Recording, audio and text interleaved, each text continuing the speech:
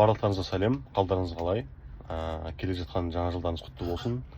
Негізі көптен бері видео салмаған едім. Оған біраз себептері бар. Осы жыл негізі мен үшін бір жағынан ауыр өтті десек те болады. 3 рет көштім.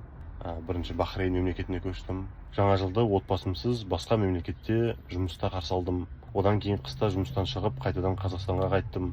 Одан кейін жарты жылдан кейін Қазақстаннан Жаңа Зеландия мемлекетіне көштім жұмыс бойынша.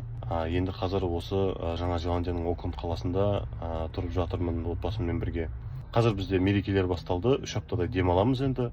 Сондықтан қазір уақытым болғасын Бахрейн туралы видеоны жасап, YouTube каналыма шығарарын. Ал Қазақстанда қазір қыс екенін білем, жаңа жылға дайындалып жатсыздар. Сондықтан сіздерді жаңа жылдарыңызбен құттықтағым келіп тұр.